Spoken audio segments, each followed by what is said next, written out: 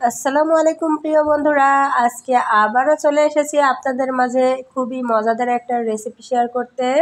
আজকের রেসিপিতে থাকছে বড় মাছের মাথার ঘন্টর খুবই খুবই খুবই টেস্টি একটা রেসিপি।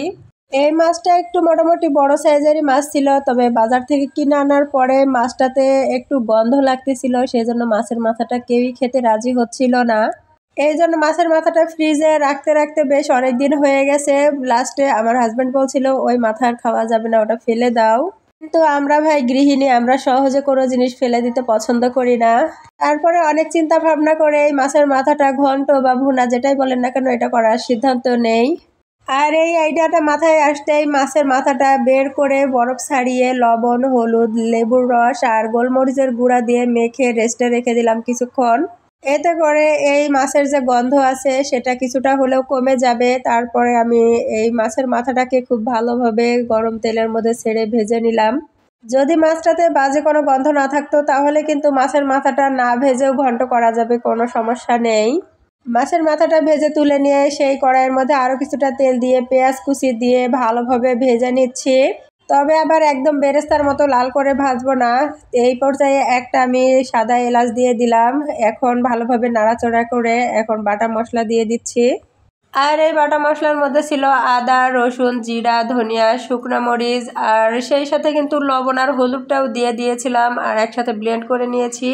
এই মশলাগুলোকে আমি খুব ভালোভাবে কষিয়ে নিয়েছিলাম। তারপরে দিয়ে দিলাম ভেজে রাখা মাছের মাথা। মাছের মাথাটা দিয়ে যাতে কষাতে সুবিধা হয় সেজন্য অল্প কিছুটা পানি দিয়ে আরও ভালোভাবে মাছের মাথাটাকেও কষিয়ে নিতে হবে। এই মাথার ঘন্টটা কিন্তু যে কোনো মাছের মাথা দিয়ে করা যেতে পারে, এমনকি পাঙ্গাস মাছের মাথাটাও এভাবে ঘন্ট করে দেখতে পারেন, অনেক বেশি মজা লাগবে।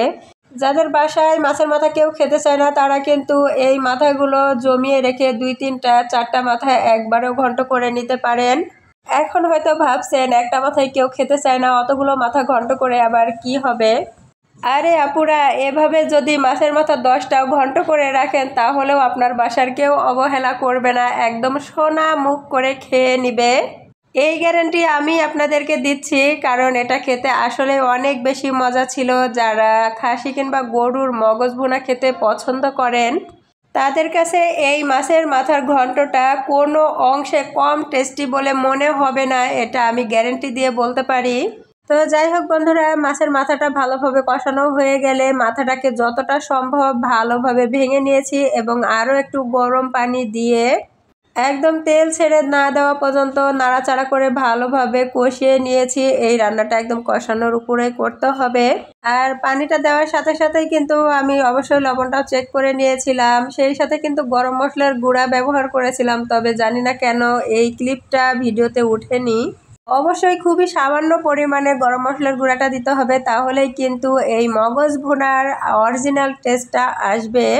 তো বন্ধুরা, দেখতেই পারছেন এটা কতটা তেল ছেড়ে দিয়েছে আর এটা দেখতে অনেক বেশি লোভনীয় লাগছে, আসলেই খেতে অনেক বেশি মজা ছিল। আর বাজে গন্ধ লাগা তো দূরের কথা, উল্টে খুবই ইয়াম্মি একটা স্মেল আসতেছিল এই মাথার ঘন্ট থেকে। যেই মাছের মাথাটা কেউ খাবে না বলছিল সেই মাথাটা নিয়েই কিন্তু সেদিন 4 জনের একদম কাড়াকাড়ি লেগে গিয়েছিল। তো বন্ধুরা, ফ্রিজে যদি মাছের মাথা থেকে থাকে তাহলে বের করে রান্না করে খেয়ে দেখেন আমার কথার সাথে মিলে কিনা। এখন আমি বিদায় নিলাম, আল্লাহ হাফেজ।